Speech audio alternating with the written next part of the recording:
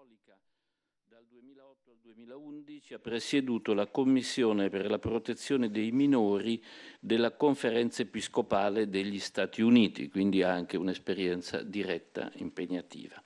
Grazie Eminenza, a lei la parola.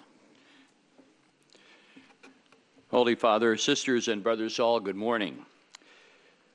From what we have just heard from Cardinal Gracious, we are to understand our gathering in these days as an exercise in collegiality. We are here as the Universal Episcopate, an affective and substantive union with the successor of Peter, to discern through spirited dialogue where our ministry as successors of the apostles calls us to confront effectively the scandal of clergy sexual abuse that has wounded so many little ones. While we share a unique responsibility in this regard as the College of Bishops, it is also imperative that we consider the challenge we face in the light of synodality, especially as we explore with the entire Church the structural, legal, and institutional aspects of accountability. For synodality represents the participation of all the baptized at every level, in parishes, dioceses, national and regional ecclesial bodies, in a discernment and reform that penetrates throughout the Church.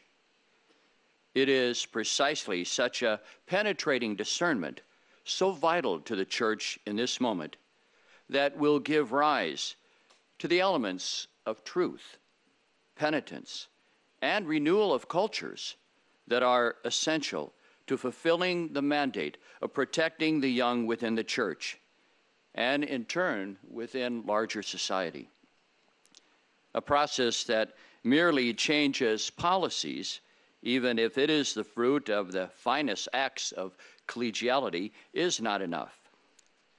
It is a conversion of men and women throughout the entire Church, parents and priests, catechists and religious, parish leaders and bishops, and the conversion of ecclesial cultures on every continent that we must seek. Only a synodal vision, rooted in discernment, conversion, and reform at every level, can bring to the Church the comprehensive action in the defense of the most vulnerable in our midst, to which God's grace is calling us.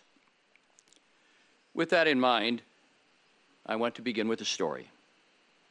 60 years ago, this past December, a fire raged through Our Lady of the Angels Catholic Elementary School in Chicago, taking the lives of 92 children and 3 religious sisters.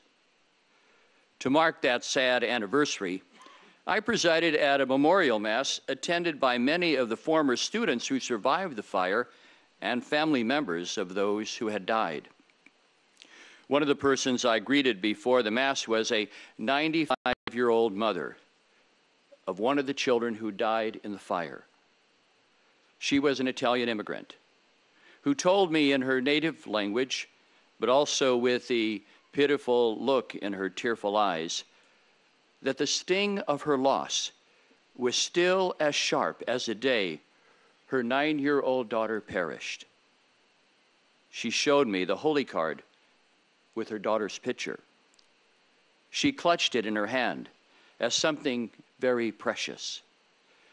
She had kept this Santino for 6 decades, since the day of her little girl's funeral. This moving story of a grieving mother, a modern-day Pietà, who lost her child many years ago, puts us in touch on a profoundly human level with the sacred bond a parent has with a child. I believe that this sacred space of family life must be the point of reference and where we find our motivation as we commit ourselves in these days to build a culture of accountability with proper structures to radically alter our approach to child safeguarding.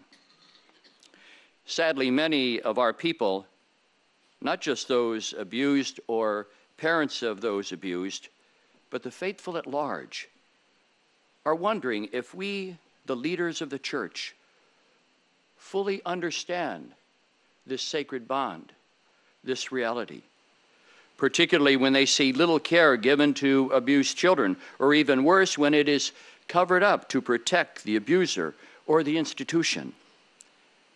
They are asking themselves, if church leaders could act with so little care in giving pastoral attention in such obvious cases of a child being sexually molested, does that not reveal how detached they are from us, parents, who treasure our children as the light of our lives? Can we really expect our leaders to care about us and our children in the ordinary circumstances of life if they respond so callously in cases that would alarm any reasonable person? This is the source of the growing mistrust in our leadership, not to mention the outrage of our people. My point is simple. None of the structural elements we enact as a synodal church, important as they are, can guide us forward faithfully in Christ unless we anchor all of our deliberations in the piercing pain of those who have been abused and of the families who have suffered with them. The church must become like the grieving mother, whom I encountered in Chicago. The church must truly be pietà, broken in suffering, consoling in enveloping love, constant in pointing to the divine tenderness of God amidst the pangs of desolation in those who have been crushed by clergy abuse. For a church seeking to be a loving mother, in the face of clergy sexual abuse, four orientations rooted in synodality must shape every structural, legal, and institutional reform designed to meet the enormous challenge which the reality of sexual abuse by clergy represents at this moment. The first orientation is a perpetual stance of radical listening and to comprehend the deadening experience of those who have been sexually abused by clergy. This is how we are to understand the Holy Father's request that we prepare for this meeting by entering personally into the experiences of survivors by visiting with them. The Church, as a loving mother, must continually open herself to the heartbreaking reality of children whose wounds will never heal. Such a stance of listening calls us to cast aside the institutional distance and relational blinders that insulate us from coming face to face with the raw destruction of the lives of children and vulnerable people that clergy sexual abuse brings.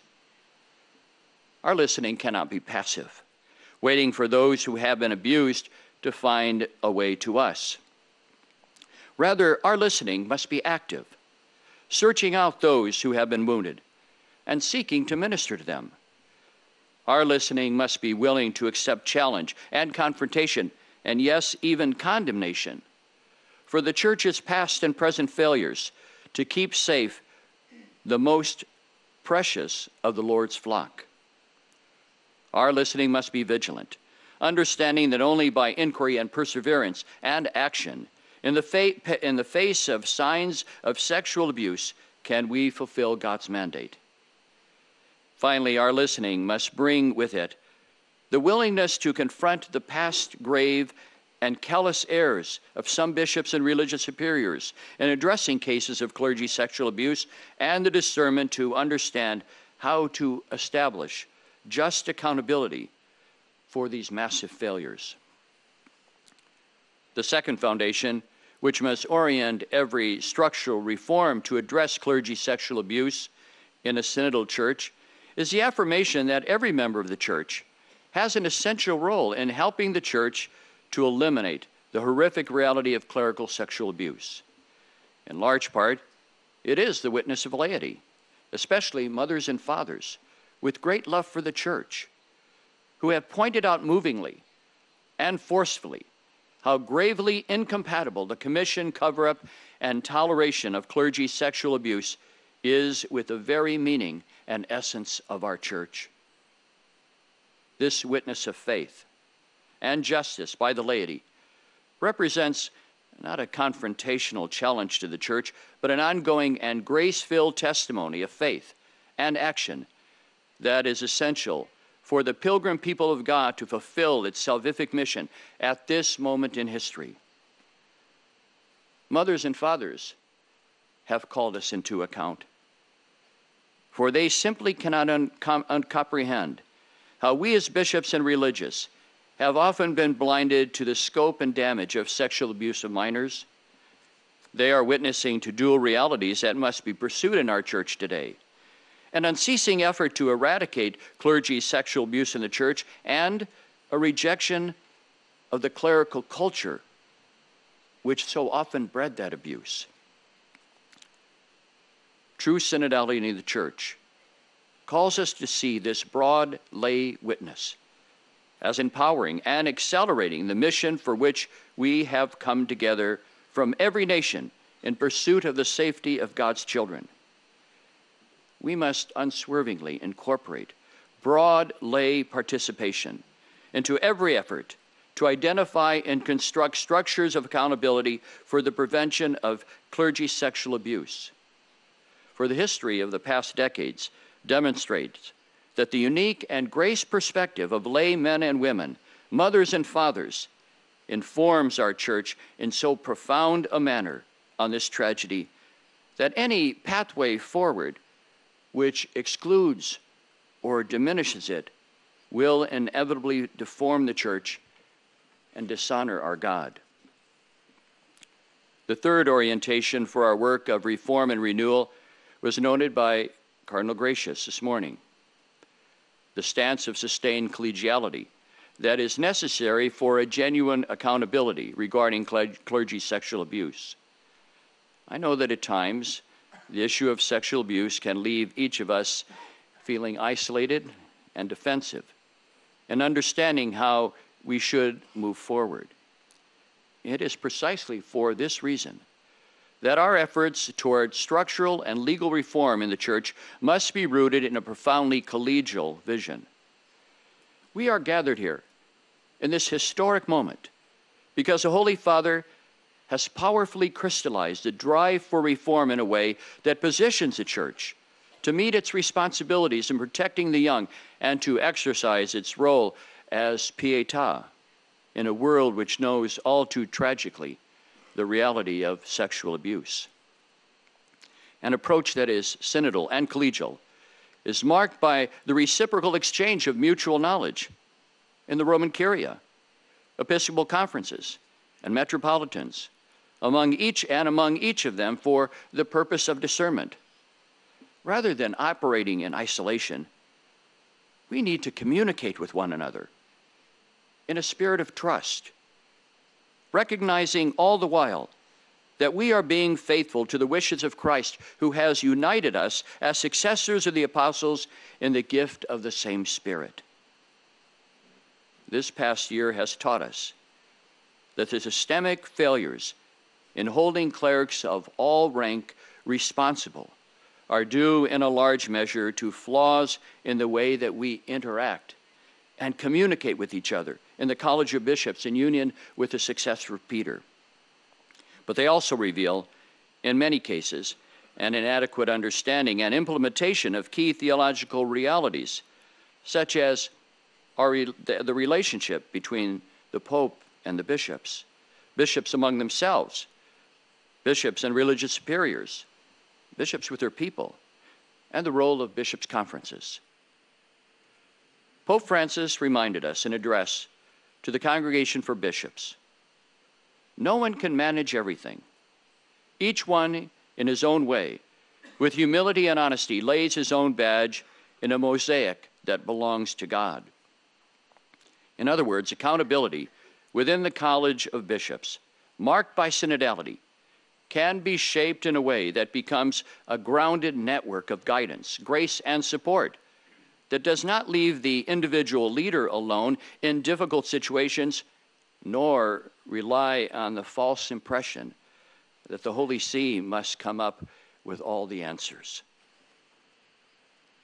The final orienting principle, essential to effective structures of accountability for clergy sexual abuse, is a call to accompaniment.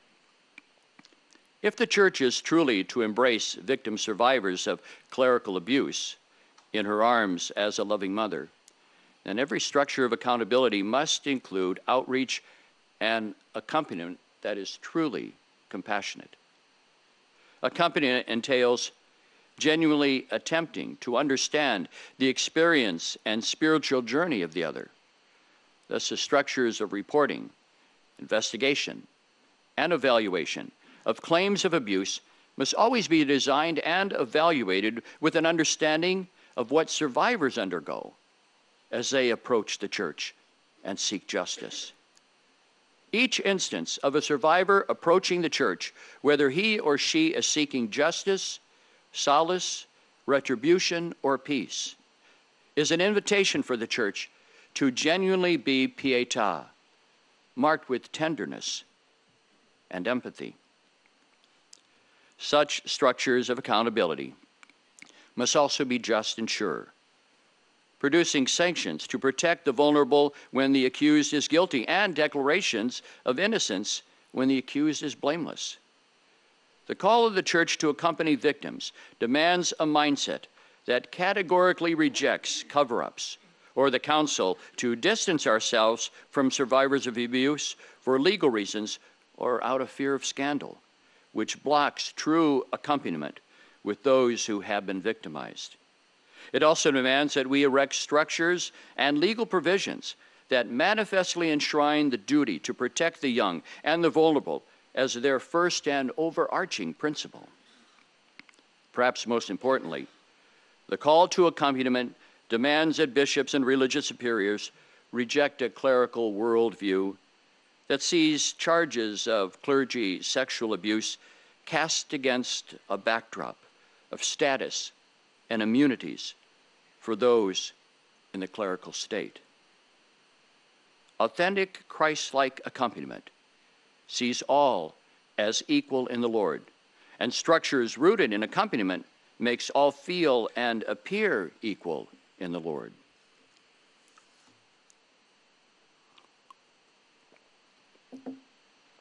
These four synodal principles of listening, lay witness, collegiality, and accompaniment are constitutive of the Holy Father's call to us to prepare and open our hearts to the immensity and the importance of the task we undertake in these days.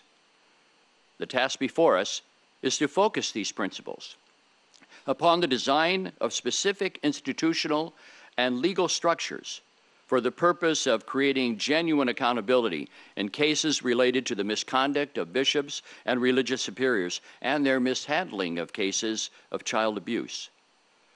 But this will demand that we call each other to an evangelical accountability, anchored in justice and in the sensitivity that Jesus showed when being deeply moved by the sufferings of others, how much his heart was open to others.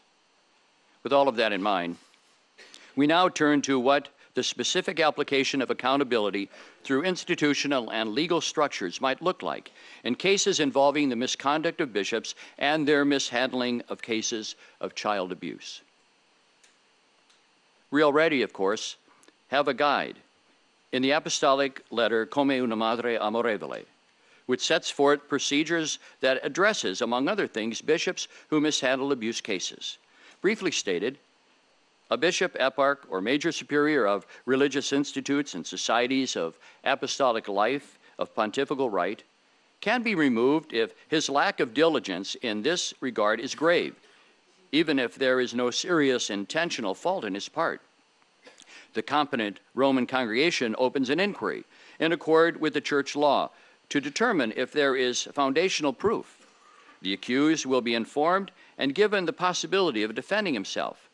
Other bishops and eparchs of the respective bishops' conference or synod may be consulted before the congregation takes a decision. If removal is a judgment, it is submitted to the Holy Father for approval, and if upheld, the congregation can issue a decree or ask the bishop to resign within 15 days. Otherwise, the congregation can proceed with removal.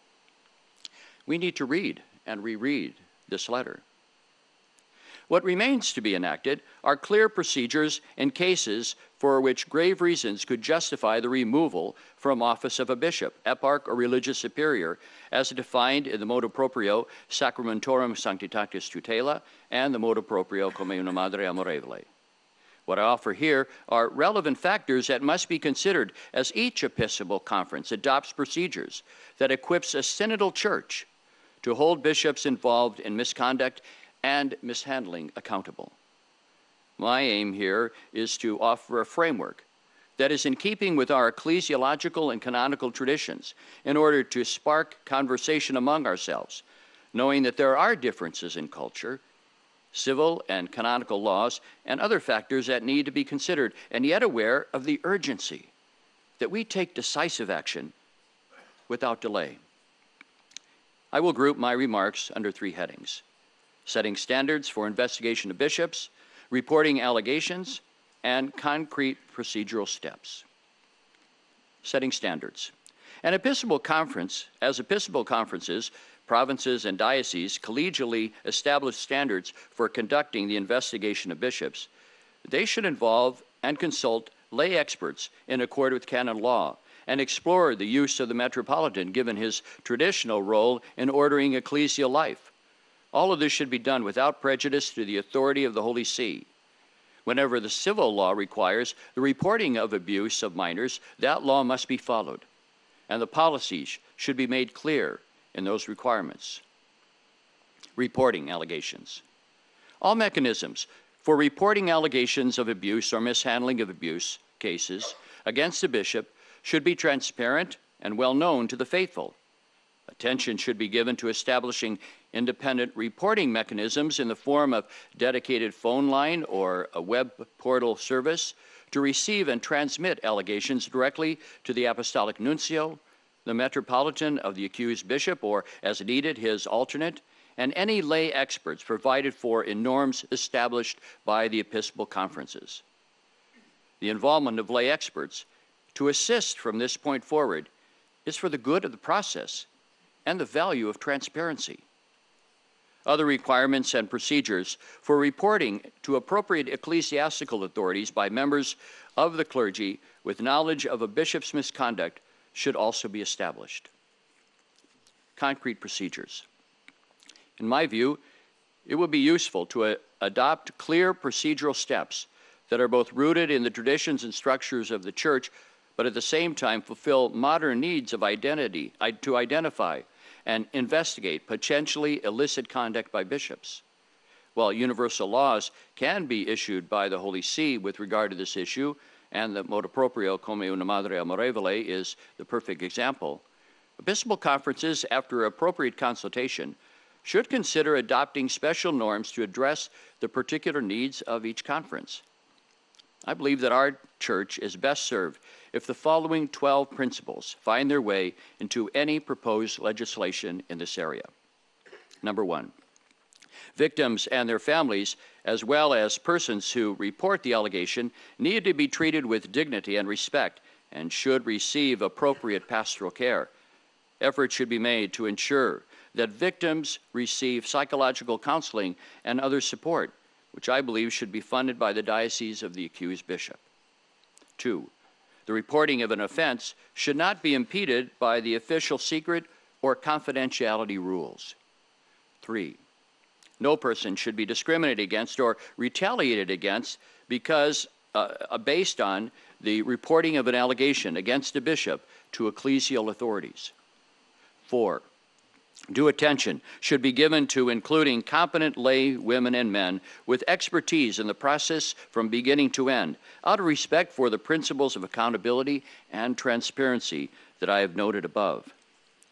5, whenever warranted and at any time during the investigation, the Metropolitan should be able to recommend to the competent Roman congregation that appropriate precautionary measures, including temporary and public withdrawal of the accused from his office, be adopted. 6. If the allegation has even the semblance of truth, which the Metropolitan should be free to determine with the help of lay experts, the Metropolitan can request from the Holy See authorization to investigate. The exact nature of the investigation, whether penal or administrative, would depend on the allegations. This request is to be forwarded without delay, and the congregation should respond without delay. 7. After the Metropolitan receives authorization, he should gather all relevant information expeditiously in collaboration with lay experts to ensure the professional and rapid execution of the investigation and conclude the investigation promptly. 8. An investigation should be conducted with due respect for the privacy and good name of all persons involved. This does not preclude, however, the episcopal conferences adopting norms for informing the faithful of the allegation against the bishop at any stage of the process. At the same time, it is important that the accused be accorded the presumption of innocence during the investigation. 9. Upon a completion of the investigation, the Metropolitan would forward the acta, including all information gathered with the help of lay experts, along with this votum, if requested, to the Holy See. 10. A common fund may be established at the national, regional, or provincial level to cover the cost of the investigation of bishops with due regard to the norms of canon law for its administration. 11. The competence of the Metropolitan would normally cease once the investigation is completed, but could be extended to assure continued pastoral care or for other specific reasons. The processing of the case of a bishop proceeds from this point according to the norms of universal law. In accord with canon law, the Holy See will either take the case of a bishop to itself for purposes of resolution by an administrative or penal process or other disposition, or the Holy See may return the case to the Metropolitan with further directions as to how to proceed. And finally, of course, unless otherwise established by special law, it pertains to the Roman Pontiff to make the final decision. What I present here is a framework for constructing new legal structures of accountability in the Church.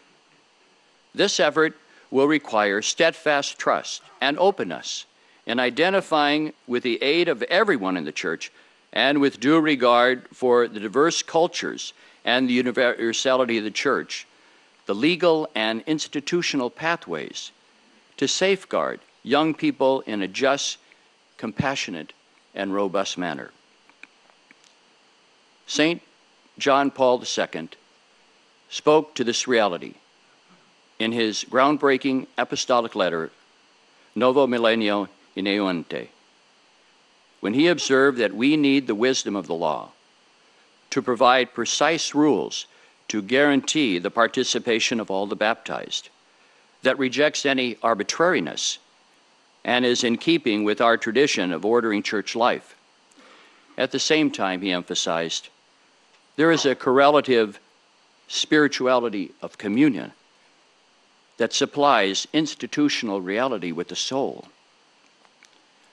We must move to establish robust laws and structures regarding the accountability of bishops precisely to supply with the new soul the institutional reality of the Church's discipline on sexual abuse.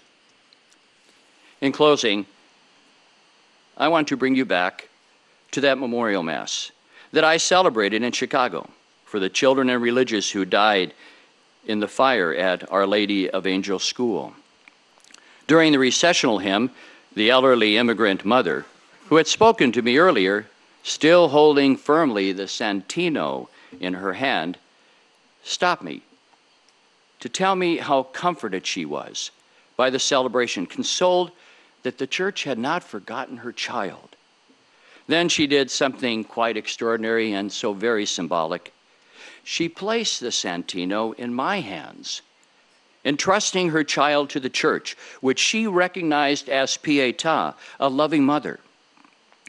Sisters and brothers, we must work tirelessly in these days to justify that trust and honor such great faith. Thank you for listening.